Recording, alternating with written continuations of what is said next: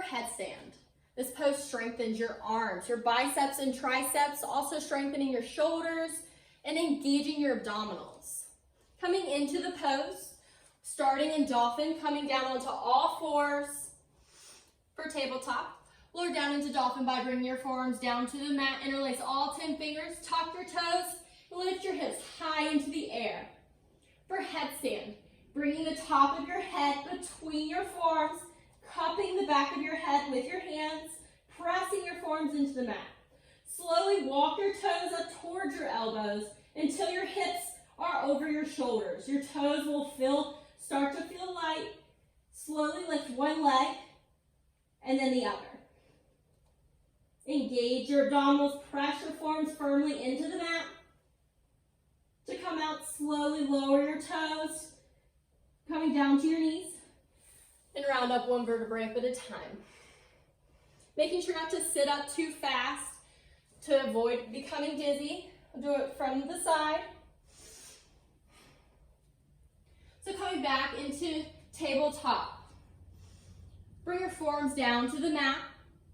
Interlace all 10 fingers for dolphin. Tuck your toes and lift your hips up high into the air. For headstand, bring your head between your forearms, cupping the back of your head with your hands. Slowly walk your toes towards your elbows, lifting your hips up over your shoulders. When your toes feel light, inhale one leg up and then the other.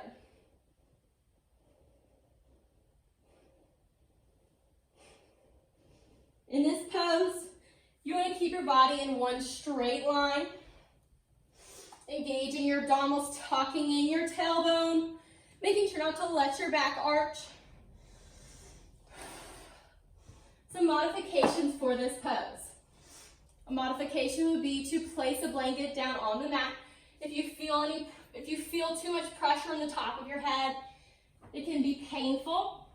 So placing a blanket down where your hands will go will add cushion to your head placement, allowing a softer ground for you to press into. Another modification for balance would be to bend up one leg, reinforcing you to tuck your hips and engage your abdominals. This helps with balance.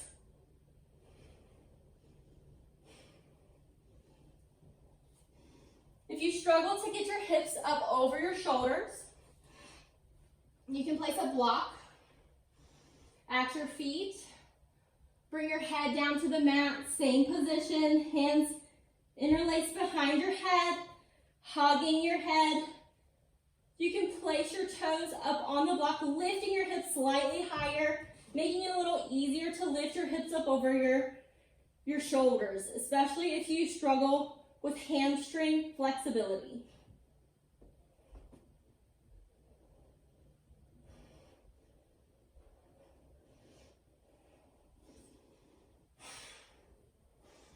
For advancements, you can place your palms onto the mat. I'm actually going to use this. Place your palms onto the mat instead. This is a challenge and balance.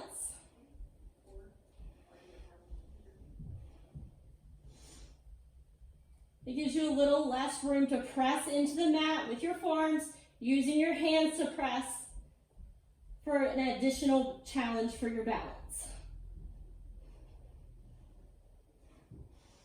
Another advancement would be to do eagle legs in your headstand.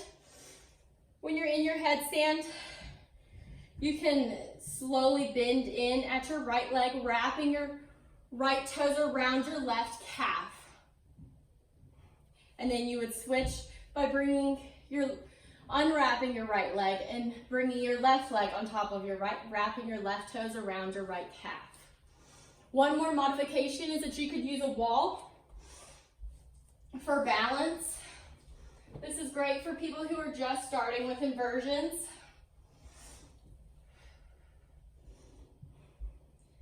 Getting probably about 6 inches away from your wall.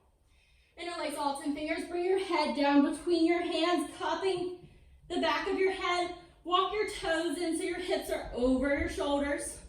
Lift one leg and then the other.